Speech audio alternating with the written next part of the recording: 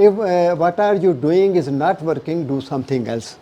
बल्कि यहाँ पे वो हेनरी फोर्ड की भी कोटेशन है, वो बात भी हो चुकी हुई है कि अगर आप जो हमेशा करते आ रहे हैं अगर वही करते रहे तो आपको वही रिज़ल्ट मिलेगा जो हमेशा से मिल रहा है। और बाज़ औक़ात हम किसी काम को करने के लिए उसी धुन में एक ही काम को उसी को रिपीट कर रहे हैं, तो फिर ऐसी बात नहीं होती। इसका मतलब है कि उसको चेंज करें तो फिर आपके लिए बेहतर होगा।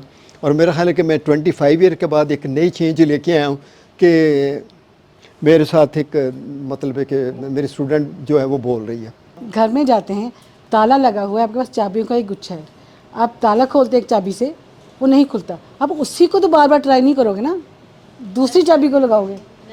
तो हम अपनी लाइफ में ऐसा क्यों नहीं करते, एक काम जो काम वो नहीं हमें वो उसमें वो फीडबैक सही मिल रहा तो हम दूसरे तरीके से कर लें।